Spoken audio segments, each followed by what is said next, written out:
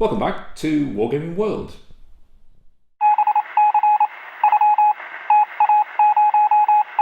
This is the second interview that I've had a great opportunity to do, this time with Travis from Tabletop CP. Tabletop CP have been absolutely instrumental in the way in which I have been able to develop my own channel, Wargaming World, and in particular the fact that as I play war games as a solo wargamer, as many of us are currently, reality of being able to interact with Tabletop CP has meant that actually I've been able to turn this into really a global way of playing war games. Through this video we go through quite a lot of different stuff, different games, different periods, etc. Some good tips with regards to painting, and then at the end talk about some thoughts about where we go next. So one point before you start is that the audio is between two phones, so at some points it can be a little challenging, but we're all under challenges now, so therefore I'm sure we can cope with it. So, hope you enjoy it, hope all of the thoughts here are useful, and let's start with the trailer.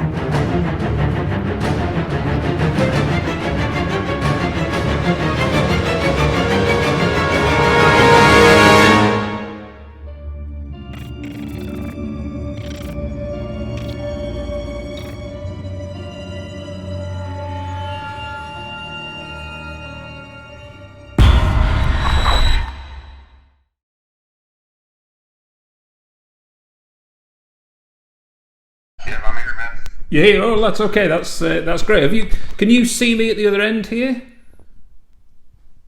Yeah, I can see you. Right. Okay. I can't see. I can hear you, and I think I can hear Finn, but I'm not altogether too sure. Well, he's being quiet for once right now, but there is someone with the power working next door. So. Oh well. Okay. Well, we're the other side of the world, so let's. I think we've done okay. And thanks for. Thanks for joining. Thanks for having a chat. Yeah, it's no problem, man. Thanks for inviting me on. Yeah, I thought what I wanted to try and do is I did this last week, and I just thought, well, whilst there's quite a lot of the circumstances where are, etc., it'd be good just to have a conversation really, and try and add something a little bit unusual in these in these difficult circumstances. Yeah, for sure. What I thought might be useful is just to for people who are going to sort of dial into this and listen to the conversation, is just to say, well, how do I know you, and more importantly is to understand a lot more about Tabletop CP, which is why we're talking. So I thought I'll just ask a few questions if you like, and then we'll just go from there if that's easy enough. Yeah, that works for me. Yeah, okay, no problem. Well, look, what I thought I'd do is the whole point of the conversation and where we started is that I originally had a War Games website of France 1940, and it just happened to be on Instagram, and you put a comment on it, and we started a conversation which essentially you pointed out that by calling it France 1940 it was extremely narrow. So I then changed mine to Wargaming World, and although I couldn't put the word universe in it, that was as big as I could make it, but and that's made a massive difference. So for the past year, it's been sort of sparked up from there. So I thought the first question I would ask is that where does your wargaming start? Where did you start war games? Was it as a child, or where does it start? Probably 90% of the gamers out there, I started with Games Workshop. Right.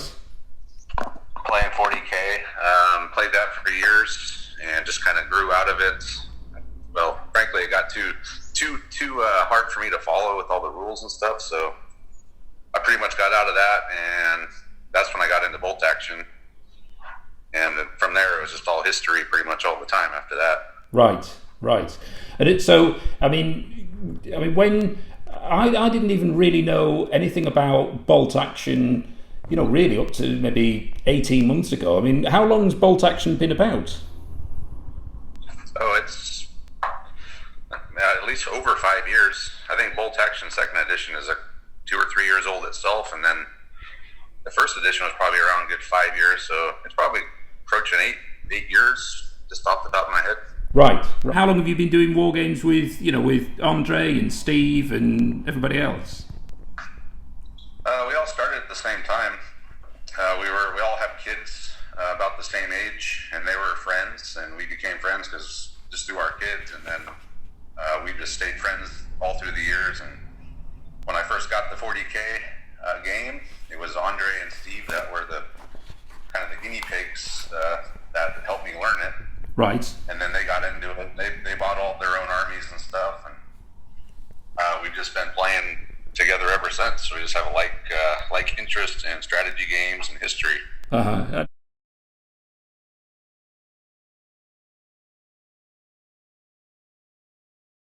I watched the Tabletop CP, a lot, but a lot of the stuff that I really enjoy is particularly Chain of Command. And I've watched a number of the campaigns, a few times to just to, get more familiar with the game, etc. So I've just watched the Abbeville campaign again last week, and is there a particular period within Chain of Command you particularly like, whether it's late war or early war, etc.? I really do like the early war stuff, just because it seems a little more. You need a little bit more tactical mind for it, because you don't have any super weapons. I mean, comparatively towards the end of the war, compared to the early war weapons, I mean, you had a 2-pounder and a Matilda. You didn't have a Pac 43 and a King Tiger rolling around. So there's nothing that's going to wipe out a lot of stuff at once, and I think it just makes it more interesting. And I mean, personally, I really like the French army and all of the the diverse things with the French forces. But I don't know. It's a really really good period. Have you been tempted to go some of the other forces, Dutch or Belgian or anything like that? Yeah. Oh yeah. I've been tempted a lot of times. Part of doing it is trying to resist those temptations, because one thing I don't like is having tons of models sitting around unpainted, because that in itself is enough to make me not want to do anything. So I tend to do one project at a time, or two at the most. But I've the Belgian forces that WARLORD released, they pretty much are almost identical to the French uniform-wise, except their French models have the greatcoat on, and the Belgians don't. But it looks like they have the same helmet, and pretty much everything else looks the same. Yeah. So I thought about doing those guys, but I got a French, BEF, and early war Germans, and I think for now that's probably good for early war. I think if I was to add another early war force, it would probably be German paratroopers. Right. And the thing is, when I'm watching all of the channel, the amount of stuff you seem to paint and get out there. I mean, the Spectre stuff that you've been doing at the moment. And then you've got the sort of fantasy stuff. I was watching the video yesterday that you put out. It's a huge amount of stuff that you managed to get out. The speed that you must paint is incredible. Yeah, well, I've definitely developed a technique and a system for painting stuff by now, just through the years. And also, my secret weapon is always, I travel for work quite a bit, and I take all my stuff with me. Right. So when the work day is done, staying at a hotel, I literally don't have anything to do except paint from 5 o'clock till 11 at night or whatever. And I'm sitting at the hotel room, so that's a good way to get a lot of stuff knocked out. Right. Is there a particular, I don't know, for people listening to the discussion, would you say, have you got like like a painting technique that you'd say, look, there are 3 things that I always do, which is 1, 2, 3, that type of stuff? Well, I think my main magic bullet for me is always the Agrax Earthshade, or any wash is kind of like it's essential for my style of painting, just because it adds all the shadow, it adds the depth all in one go. So I mean, that's something I always use, is a good wash to add a bunch of shadow, depth, and just make it look instantly better. And then I just go over that again with the paints and build it back up. But I think that's the main. When you use the washes and things like that, do you use different ones? Because I tend to use the military shade across the whole thing, and I might highlight the flesh tones or something like that. Or do you use different washes with all different parts of the uniform? No, I just bathe the entire thing in Agrax.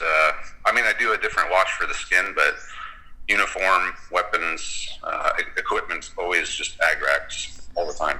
Right.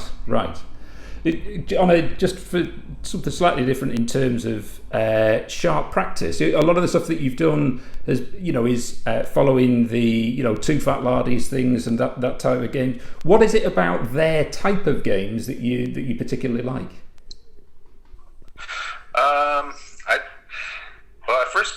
When I first started playing them, I just liked the way that the rules, they were different. It seemed refreshing to me, the different activation systems or methods that they use. And then as time went on, I really started getting into the narrative aspect, especially of sharp practice. Chain of Command doesn't necessarily have a big narrative component to it. Yeah, a little bit, because you can name characters and stuff and follow them through campaigns, but like sharp practice is kind of designed to be almost like a TV show, where you have your dashing characters and they're out doing dashing things, and so I like that part of it. And just the rules themselves are just well thought out, and they're just fun to play. So when you're talking about, I mean, I've watched the games that you play in there, and it is you seem to sort of set it up into a scenario each time. That it's in a particular context. So there was a campaign you played where there's a the Good Doctor and things like that. It's not just a beat 'em up type of thing. There's always a thing. That you're trying to get to a particular building to get I don't know whether it's a spy or what have you. You know what I mean? All that type of thing. So, but the challenge of doing it that way, for me, is that would be really difficult to do from a solo perspective. It would. Yeah, it definitely would. It definitely takes 2 players, and actually, if you had 3, it would be even better. So I was just talking to Andre about this last night, actually, that having that third person be kind of like the game master, right? That really makes it take off, because then you can have things that neither player knows happening, and that really adds to the drama of the game. Yeah. And I mean, it's good as well is that, I mean, despite the fact that I don't actually play that period, even watching the game itself is still it's a really enjoyable thing. There's an interaction between yourself and Andre in particular, which really seems to work. You just seem to be having a lot of fun playing it. And what you don't tend to do is really talk about micro details about the period, etc. It's just the fun of playing, which really comes off in the videos. Yeah, well, part of that's I'm not really an expert in the period. I don't want to really talk about it. I mean, I've learned enough through studying to do the uniforms as close as I can. Try to do units that would try to, or would typically be in that area. But other than that, I'm not an expert on American War of Independence. I mean, I'm trying to learn it.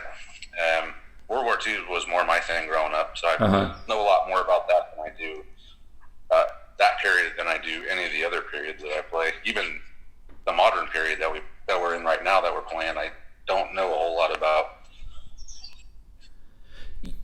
I was going to come on to that with that whole series. The actual tabletop that you've made for that for those games is absolutely fantastic. I mean, the technique of being able to put it looks really realistic. And the thing is, I don't know whether you've got like a 6x4 table, But I mean, just looking at it, I mean, it seems like a whole world away. It's as if you're right in the Middle East. It's a really fantastic piece of work.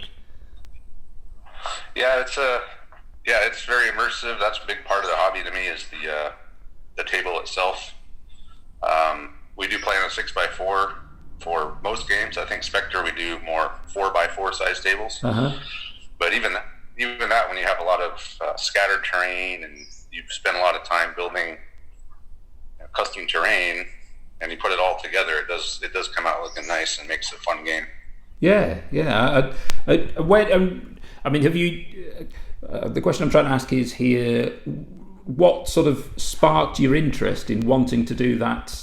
That period, because it's a different type of game in the sense that you're only looking at 10 to 15 figures on each side.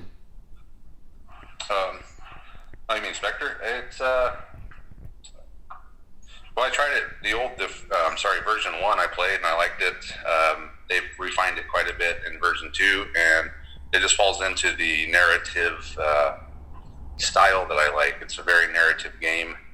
That seems to be the direction I'm going, is pretty much all narrative now. And it's because it allows, it's yet another facet of the hobby, and that is writing stories. I mean, I was always writing stories as a kid, and this has kind of sparked that back up in me again, and having different factions with backstories and different characters with backstories. So it's Inspector is probably the game that is the most like that I play.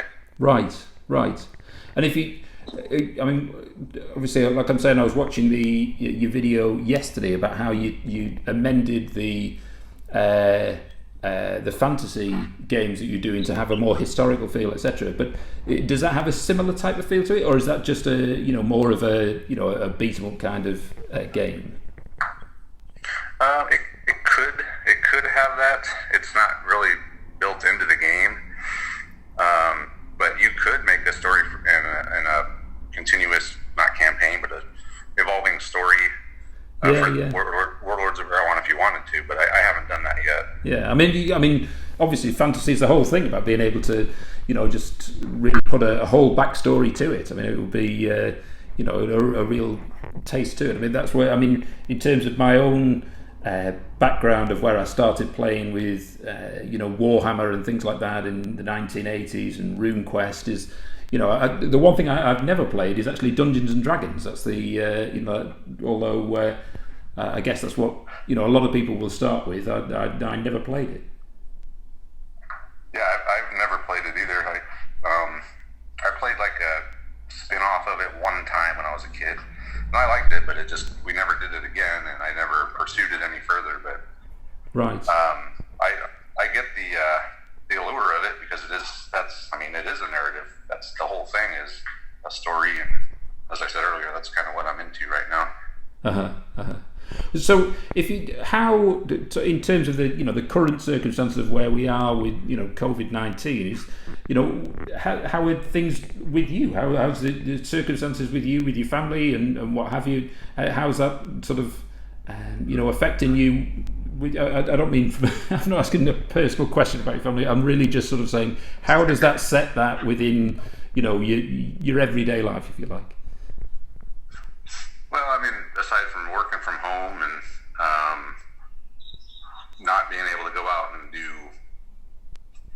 go out of town for work anymore, nothing really much has changed, except our local store is closed down, which sucks, because we had a bunch of events that we were supposed to be doing, and we're not doing those anymore. So, but we're still playing. Andre's still coming over here. We do our due diligence with the masks and try to keep our distance and everything. But we still play. Neither one of us are really going out and doing anything. And in the area we live, there's really nothing going on. Yeah. As far as the virus is built. The thing that's difficult to get into your head, from the UK, is the sheer size of America. You know what I mean? It's a whole continent. It's the whole size of Europe. So when all that we see on the news is a really sort of snippet of what goes on in the country, but in actual fact, from one state to another, the whole situation could be completely different. Oh, that you see probably is more New York City, big city stuff. And yeah, the big cities are obviously getting hit harder than little towns like I live in. I mean, I live by Sacramento, maybe 30 miles away, and they're not really getting hammered that hard. But they have it worse than we do. Right. And yeah, it's totally different, even from one county to the next in the same state. Yeah, yeah.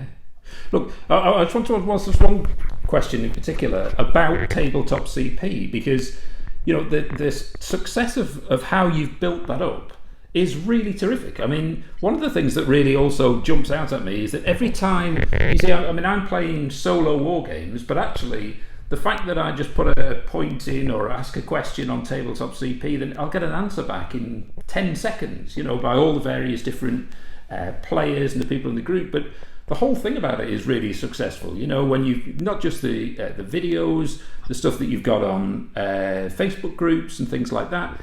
How long has it taken you to build that up? Are there things that you whilst you were doing it, you thought, actually, I need to do something differently, or it really is a success story? So what do you think of the how is that?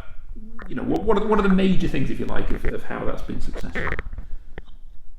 Well, the main thing is putting out consistent content.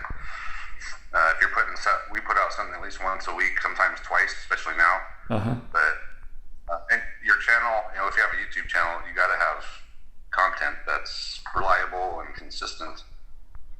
Yeah. And even if it's not every week, but at least once a month or something, you'll grow. I mean, you just got to keep putting it out there. And having actual content instead of clickbait is also important. I mean, there's a lot of channels that do a lot of just, look at, I did this, and this is what happened type stuff, and that'll get probably guys, maybe subscribers faster, but ultimately, I don't think you develop a relationship with the viewers like you do when you're actually doing battle reports and developing stories for them and just interacting on a consistent basis through all the various social media platforms too.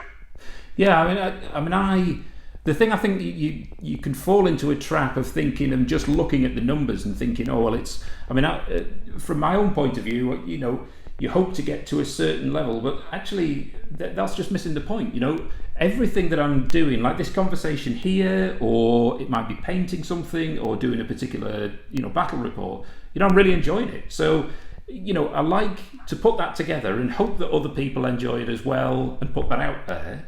I'd be lying if I said that that I don't want the numbers to increase with it, but they do. So that's fine. But it really it shouldn't be it shouldn't be a job here. This is just the hobby of which you're just trying to do and trying to get across. So yeah, it's good. But all I really wanted to make sure to get across is that I do appreciate all of the points that, whilst I've sort of constructed mine, you've been really helpful through it, and it's been really good for you and other friends who've put up some really really good, positive, supportive things. So yeah, just say thanks for that. Yeah, no problem, man. It's in my mind, we're just all we're all friends, and we're all in the same hobby and part of a community, a gaming community. And the way I see it, the more channels, the more with more people and more games being played, the better for everybody. Yeah, absolutely. So, in terms of new stuff that's going to come out, I'm assuming you're going to be involved in playing Infamy whenever that gets released. Is that the next thing on the agenda? Yeah, I'm definitely. I'm ready for that. I need to build some more Celts, but Romans are ready to go. And I'm just waiting now for it to drop. Other than that, the 7 TV, I played that. I like that. Another very narrative game. So we're going to start doing that from time to time as well. So yeah, those two games are going to be showing up here on the channel in the future, and then we're still going to always be playing the chart practice and chain of command, and we're not tired of those. We're still playing bolt action. Yeah. And Spectre, of course. Yeah. I'm well above my 2-game limit that I initially set. No, I think it was 3 games.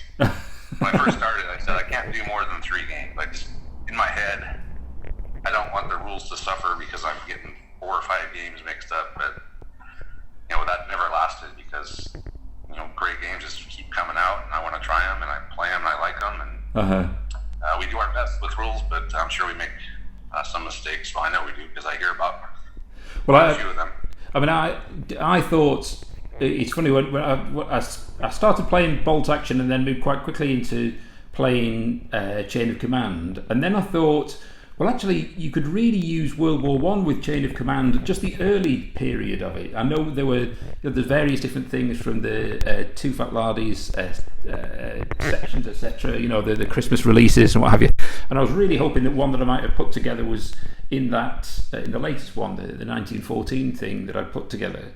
But I thought, yeah, you can do it. But I thought, well, if I stick to maybe World War One, World War Two, and then I thought, actually, I really like the Anglo-Zulu period. That's a really interesting, even though it's very short, it's a really interesting period. So I thought, oh, well, I'll do that too. And then I went in the loft the other day and I found a 10mm army, and I thought, oh, maybe I could just change the scale. And I just thought, I know I'm going to go 10mm, and then I also found a whole load of ancients, 15mm ancient armies, and I thought, God, these must be 30 years old. They've just been sitting in a metal box all the time. I thought, I can just see myself in a year's time looking at it and thinking there's 10 different periods, and Yeah.